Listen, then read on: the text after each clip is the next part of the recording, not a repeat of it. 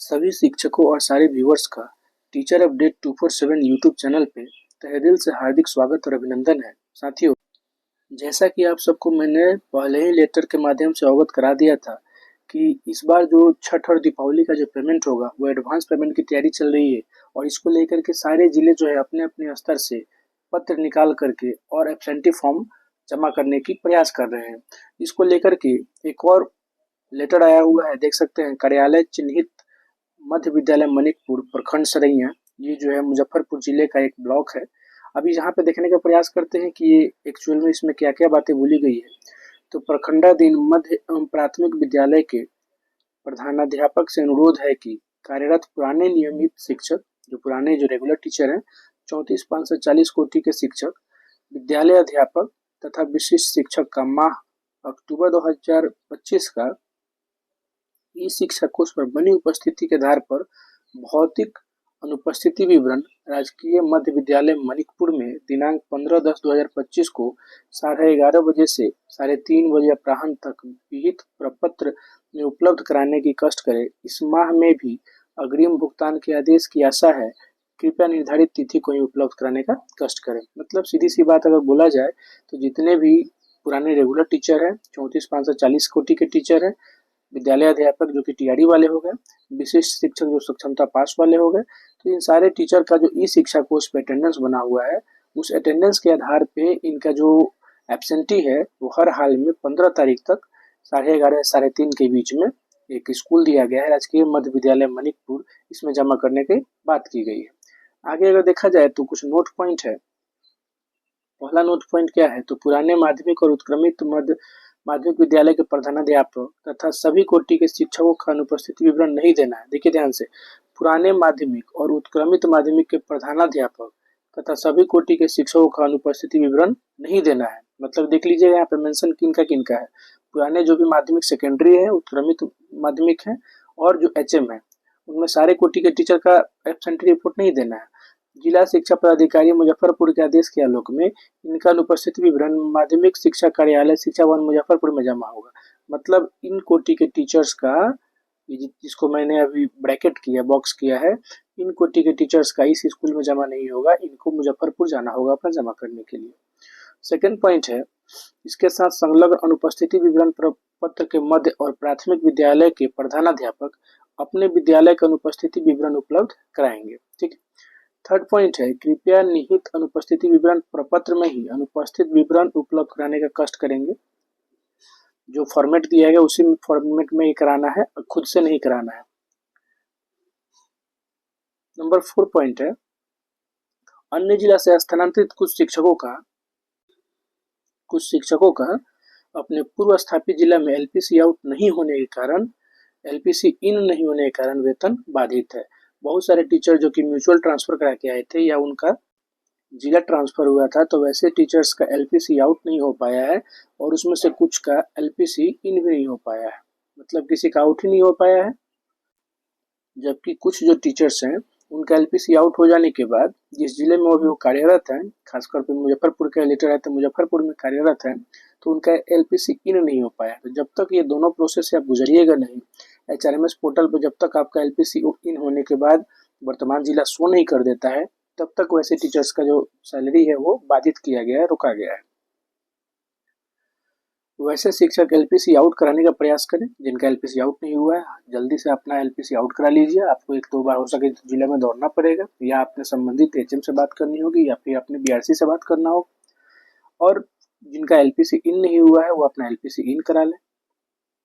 Number 5 point है, दिनांक 20/9/2025 के उपरांत यदि कोई स्थानांतरित होकर आए हैं अन्य जिला से, तो जिला का नाम अथवा दिए गए सूचना उपलब्ध कराने का कष्ट करेंगे। मतलब जो 20/9/2025 के बाद किसी टीचर का ट्रांसफर हुआ है तो उनको अपने जिला का नाम जो है वो अंकित करना है और उनको एक फॉर्मेट उपलब्ध कराया जाएगा। उस फॉर्मेट में हर हाल में उसको भर के जमा करना है। अगर उनका एलपीसी इन आउट हो गया होगा तो कोई दिक्कत नहीं। यहाँ पे देख सकते हैं कि चिन्हित मध्य विद्यालय मनिकपुर का के जो एचएम है उनका हस्ताक्षर डेट सहित है। अब यहाँ पे इस फॉर्मेट को समझिएगा जरा। ये फॉर्मेट किस तरह से है, इसको मैं थोड़ा सा और छोटा कर देता हूँ ताकि ये विजिबिलिटी इसका क्लियर हो। यहाँ पे देखिए, तो इस जगह पे है शिक्षक शिक्षिका का नाम, ठीक है, पद नाम, एक सेकंड, यहाँ देख सकते हैं शिक्षक शिक्षिका का नाम, यहाँ पद नाम, यहाँ नियुक्ति जो है आपके अध्यापक के लिए किस तरह से हुआ है, टीआरई 1, टीआरई 2 या टीआरई 3 के लिए, ठीक है। उसके बाद है विद्यालय अध्यापक के लिए वर्ग, जो आपका क्लास है 1 to 5, 6 to 8, 9, 10 जो भी है उसकी बात की गई है। उसके बाद अगर देखा जाए तो विशिष्ट शिक्षकों के लिए बेसिक स्नातक ग्रेड, इस कॉलम में विशिष्ट शिक्षक वाले का डिटेल रहेगा। और विशिष्ट शिक्षक के लिए सक्षमता अगर 1 है तो 1 भरना है, 2 है तो 2 भरना है। आपका जो ज्वाइनिंग डेट है उसको यहाँ पे मेंशन करना है, आपका ज्वाइनिंग डेट क्या है। इसके अलावा आपका ईडीए नंबर होगा या प्रान नंबर होगा, दोनों में जो भी आपके पास है उस नंबर को यहाँ पे फिलअप करना है। अपने बैंक अकाउंट का डिटेल बिल्कुल सही और साफ साफ भरेंगे। कुल कार्य दिवस कितना था आपका, यहाँ पे आपका कुल कार्य दिवस भरना है, ठीक है। इस जगह पे आपका उपस्थिति दिवस कितना था, कार्य दिवस, टोटल वर्किंग कितना है स्कूल का, कितना दिन स्कूल चला है। और इस जगह पे क्या भरना है, इस जगह पे भरना है आप स्कूल कितना दिन आए हैं इस महीने में।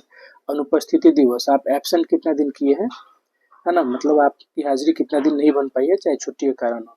अभियुक्ति, अगर किन्हीं का वेतन जो है वो लंबित है, बाकी है, तो उसको ये रिमार्क्स में यहाँ पे लिख सकते हैं, अगस्त 2025 का या सितंबर 2025 का या जो भी बातें हैं कि उनका वेतन लंबित है। अब देखिए नीचे जो है, नीचे किनके डिटेल दिया गया है, तो नीचे वाले पोर्शन को देखिएगा जरा ध्यान से। तो स्थानांतरित होकर आए अथवा गए शिक्षकों के पदस्थापित किए गए प्रधान शिक्षक के नाम, है ना। जो भी ट्रांसफर टीचर हैं या गए हैं चाहे आए हैं, वो अगर प्रधान शिक्षक भी हैं तो उनका डिटेल यहाँ पे भरना है। इसमें यहाँ पे देख सकते हैं कि इस वाले में डिमांड क्या हुआ है, तो शिक्षक शिक्षिका का नाम, पद नाम, और उसके बाद देखा जाए तो विद्यालय अध्यापक टीआरई 1, टीआरई 2, यहाँ पे देखिएगा इस वाले पोर्शन पे विद्यालय अध्यापक टीआरई 1, टीआरई 2, विशिष्ट शिक्षक, प्रधान शिक्षक जो भी हैं इस जगह पे आपको भरना है। उसके अलावा आप जो 1 to 5 के टीचर है या 6 to 8 के टीचर है, इसको यहाँ पे भरना है। और लास्ट में अगर देखा जाए तो 2-3 खंडे जो बने हुए हैं उसमें बात किया गया है कि विशिष्ट शिक्षक का जो बेसिक या स्नातक ग्रेड है उस ग्रेड को यहाँ पे भरना है। पदस्थापन, स्थानांतरण, करण, योगदान और विरमण तिथि अगर कुछ आपका मेंशन है अगर इस कंडीशन में, तो यहाँ पे इसको भर देना है। और फिर से यहाँ पे आपसे प्रान नंबर मांगा जाएगा, आपका ईपीए नंबर तो होगा नहीं, तो आपका प्रान नंबर यहाँ पे मांगा जाएगा। और लास्टली यहाँ पे देखा जाए तो प्रान नंबर के बाद बैंक अकाउंट नंबर, अन्य जिले से आए तथा गए शिक्षकों के नाम, और लास्ट में आपका प्रधानाध्यापक का हस्ताक्षर और मोबाइल नंबर के साथ यहाँ पे मुहर हो जाएगा। और इस तरह से आपका एब्सेंटी फॉर्म बन के जो है वो तैयार हो जाएगा। तो ये जो अपडेट्स थे ये एक्चुअल में मुजफ्फरपुर जिले के हैं, लेकिन ऐसा ही कुछ करके फॉर्मेट हर जिले में आएगा। और इस बार ये उम्मीद जताई जा रही है कि दीपावली और छठ पूजा की जैसे अनाउंसमेंट हुई थी एडवांस पेमेंट की, उस पेमेंट के अनुसार इस बार पेमेंट होगा। हालांकि दीपावली, छठ पूजा, दुर्गा पूजा जो है ये बात की बात है। अभी तो आप देख सकते हैं कि दुर्गा पूजा में बहुत सारे टीचर्स का जो पेमेंट हुआ वो पेमेंट क्या हो गया, तो एडवांस पेमेंट हो ही नहीं पाया। एडवांस पेमेंट छोड़िए, दुर्गा पूजा बीत जाने के बाद भी अभी तक पेमेंट नहीं हो पाया है। तो विभाग को इस मैटर पर भी संज्ञान लेना चाहिए। लेकिन ये जो अपडेट्स थे वो सारे टीचर्स के लिए ज़रूरी थे, जिसमें आपको मैंने बताया कि इस बार कैसे आपका एडवांस पेमेंट होगा। उम्मीद है वीडियो आपको पसंद आया होगा। चलते चलते फिर से रिक्वेस्ट, चैनल को सब्सक्राइब, वीडियो को लाइक, आपका प्यारा सा कमेंट और अपने दोस्तों के साथ शेयर। इस रिक्वेस्ट के साथ मिलते हैं नेक्स्ट वीडियो में। Thank you so much. जय हिंद।